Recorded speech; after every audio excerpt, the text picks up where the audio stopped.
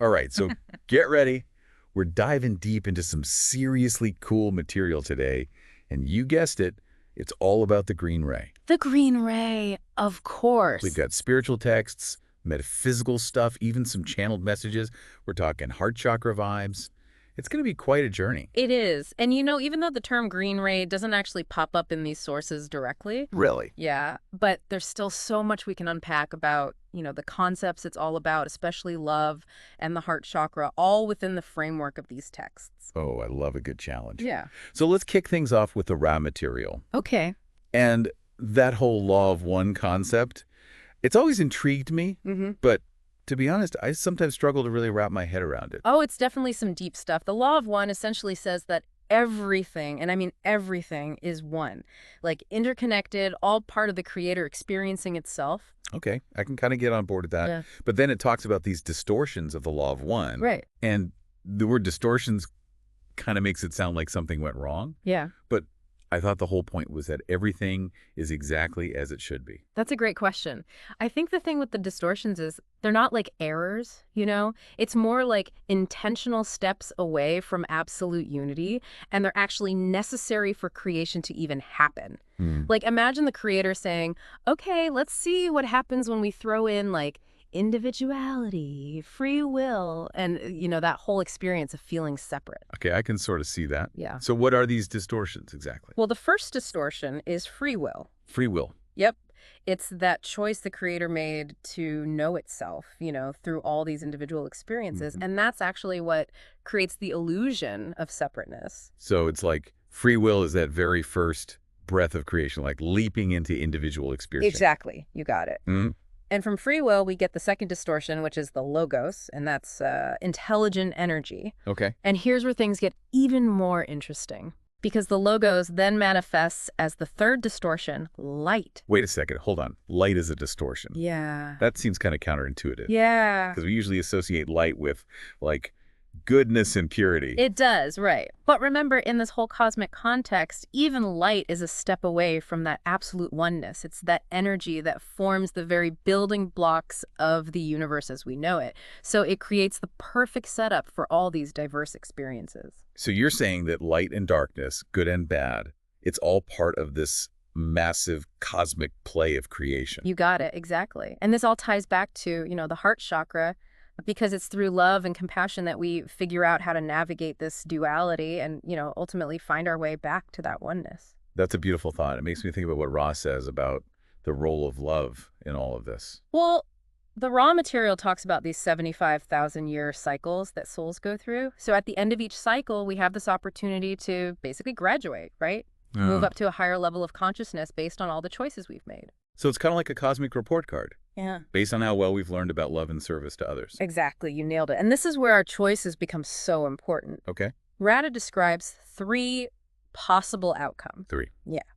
So if we've chosen, mostly a path of service to others, like motivated by love and compassion, we get to progress to a positive 4th density environment. That makes sense. Yeah. But what about, like, those who chose a path of service to self? Those folks, they progress to a negative 4th density environment. And that's more focused on power and control, not so much on love. And if we haven't really made a clear choice either way, then we have to repeat 3rd density. Oh, no. Which is where we are now, right? Right. Still working through all these lessons about love and separation. So it sounds like free will and the choices we make are really at the core of this whole evolutionary process. Absolutely. And this is where I think we can start to connect the dots to the green ray and the heart chakra, Okay. Even though those terms aren't specifically used in the material, the fact that it emphasizes love as this guiding force for positive evolution, that speaks volumes. So cultivating love and compassion, that's our key to moving towards a higher level of consciousness. You got it.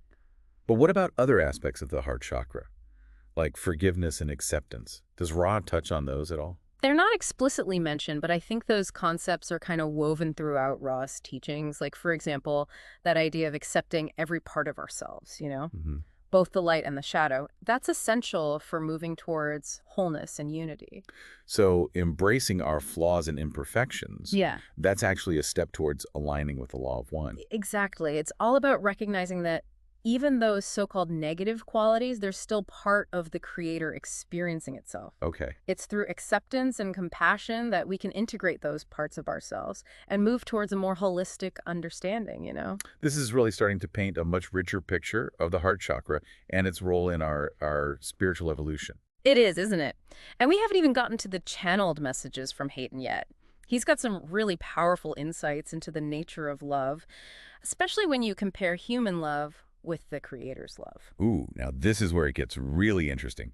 Channeled messages always fascinate me, especially when they offer such a completely different perspective. Right. What's striking about Hayden's message is how much he emphasizes the limitations of human love. He says that, human love is beautiful and powerful, sure, but it can be conditional. And that often leads to disappointment and suffering when our expectations aren't met. So is he saying that human love is flawed? I wouldn't say flawed exactly, but it's definitely limited by our human perception and ego. We tend to attach conditions to our love, like wanting something in return or expecting it to look a certain way. Okay, so then how is the creator's love different? The creator's love, it's unconditional, it's boundless and all-encompassing. Hayden actually describes it as this force that pulls us back to our source. And that source is pure love and light. It exists way beyond our limited human understanding. That's such a powerful image. It is. It makes me think of that feeling of being totally loved and accepted no matter what. Exactly. And that right there is the essence of the green ray. That unconditional love that flows from the heart chakra, it connects us to the very heart of creation. So it's not just about romantic love or even love for family and friends. Nope. It's about connecting with a much deeper well of love, a love that goes beyond all boundaries and limitations. Exactly. And that's where the real power lies. When we connect to that source of unconditional love, we transform not just ourselves, but the world around us. This is making a lot of sense, but I'm curious about how we actually access this deeper level of love. Is it something we have to work towards, or is it already there inside us? That's a great question, and it's something we'll definitely dig into more as we dive deeper into these sources. But I think it's safe to say that the potential for unconditional love, it's already within each of us, just waiting to be awakened and cultivated.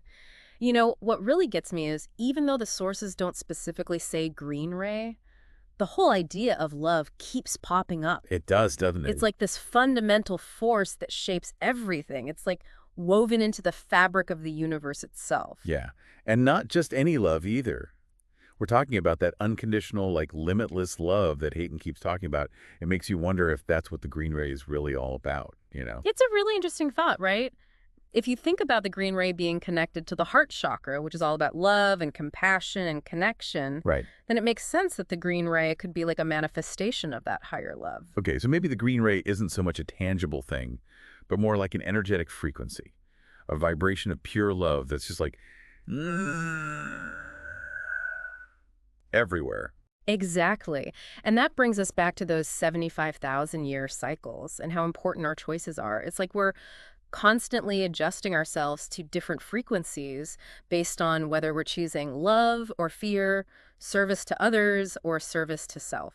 And those choices determine which density we graduate to at the end of the cycle.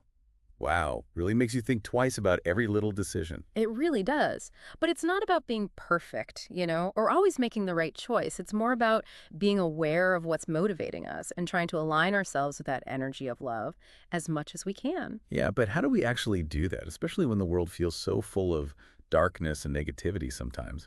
How do we tap into that green ray energy and let it, guide our actions? That's a question that deserves its own deep dive for sure. But if we look at what we've uncovered so far, I think there are some clues. Remember when the raw material talks about the doubling effect? Oh, yeah, I remember that. It's like when two entities who are focused on service to others come together, their combined energy amplifies their capacity to love and serve. Exactly. And while Ra was talking about polarized entities, which could mean soulmates or twin flames, Right. I think the principle applies to any relationship where there's real love, compassion, and that shared desire to make a positive impact. So it's not just about finding a romantic partner who's on the same wavelength as our soul's purpose. It's about surrounding ourselves with friends, family, community members, people who share our values and inspire us to be better. Exactly. It's about building a network of support, a web of interconnected arts, Mm. and it amplifies that energy of love and compassion and it radiates it outward into the world. I love that. It's like we're all these threads in this massive tapestry of creation, and when we connect with each other through love and service, we create an even more vibrant and beautiful pattern. I love that analogy. And speaking of patterns, the raw material also brings up this really fascinating concept of archetypes. Oh, yeah. Archetypes. Tell me more about those. I've heard the term, but honestly, I'm not sure I totally understand it. So, archetypes, as Ra describes them, they're like these universal blueprints for understanding the human mind. They represent these fundamental patterns of thought and behavior that are embedded in us. Okay. And they actually influence how we see the world and how we interact with each other. So they're like these pre-programmed patterns that shape our personalities and experiences. Not pre-programmed exactly, more like potentials, possibilities that are within the collective unconscious. Hmm. And we tap into them and express them in our individual lives. And Ray connects these archetypes to the unconscious mind. Yes.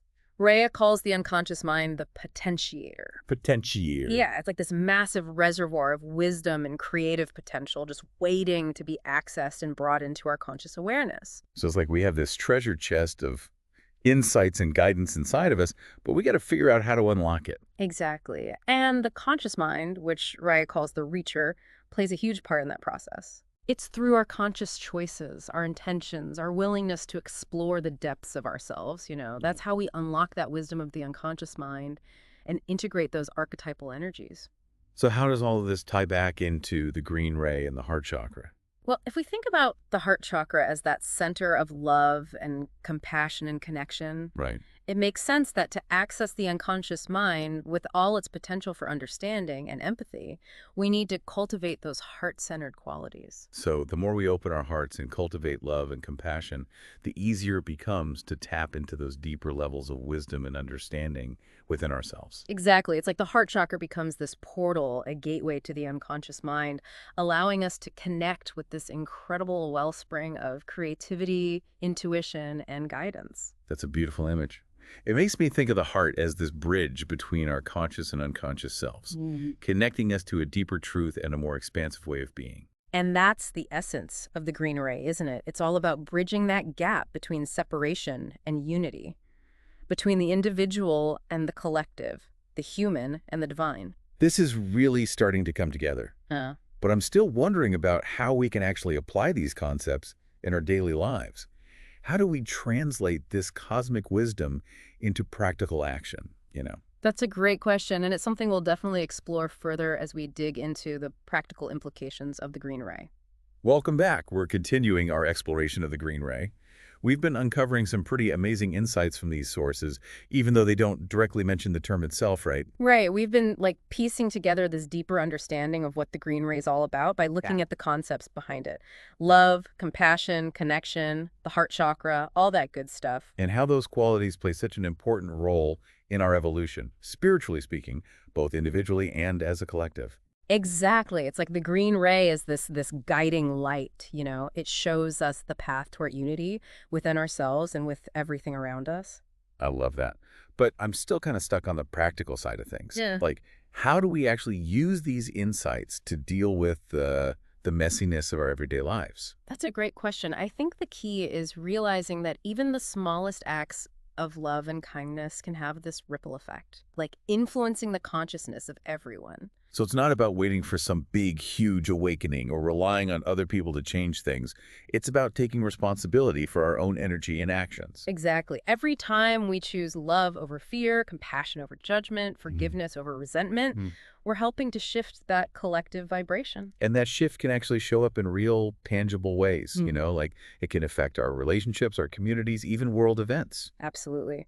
Remember what the raw material said about the doubling effect? Imagine that happening on a global scale. Whoa, yeah. So as more and more people choose to align with the energy of the green ray, that collective energy just gets bigger and bigger, creating a more harmonious and compassionate world. It's a powerful vision, isn't it? And it's not just some pie in the sky dream. It's something we can all be a part of creating by working on those qualities within ourselves and then like radiating them outward. I have to admit there are times when I just feel overwhelmed by all the negativity in the world. It's hard to stay hopeful sometimes with so much suffering and division going on. I totally get that. And that's exactly when Hayton's message about the Creator's love is so important. Remember how he described it? Unconditional, boundless, unwavering. Right. A love that transcends any limits and embraces everything, even the darkness. Exactly. And when we connect to that source of love within us, we tap into this wellspring of strength, compassion, and resilience. So it's not about ignoring the bad stuff or pretending it doesn't exist. It's about facing it with the light of love and understanding. Beautifully said. And that, right there, is the true power of the green ray. It gives us the strength to meet negativity with compassion, to respond to hate with love, and to offer forgiveness, even when we've been hurt or betrayed. That's a tough practice, but it's also incredibly empowering. It lets us take back our own energy and decide how we react to the world instead of being swept away by all the negativity. Exactly. And don't forget, every act of love, no matter how small, contributes to that collective shift we were talking about, that shift towards a more harmonious and compassionate world. So whether it's just saying something kind to a stranger, volunteering our time for a good cause, or even just choosing to see the good in others, Right. we're all playing a part in weaving that tapestry of love and connection. That's the beauty of it. We're all co-creators in this huge cosmic dance, and the green ray is the music that guides our steps toward unity and wholeness. This has been such an amazing journey. I feel like we've explored so much, the depths of our hearts, the mysteries of the universe, and how we can actually live a more love-centered life. And we've only just scratched the surface. There's so much more to discover about the green ray and its power to transform. But for now, let's take a moment to just absorb these insights, let them become a part of us. Thank you for joining us on this deep dive into the green ray. May its radiant energy guide you on your path of love, growth, and connection.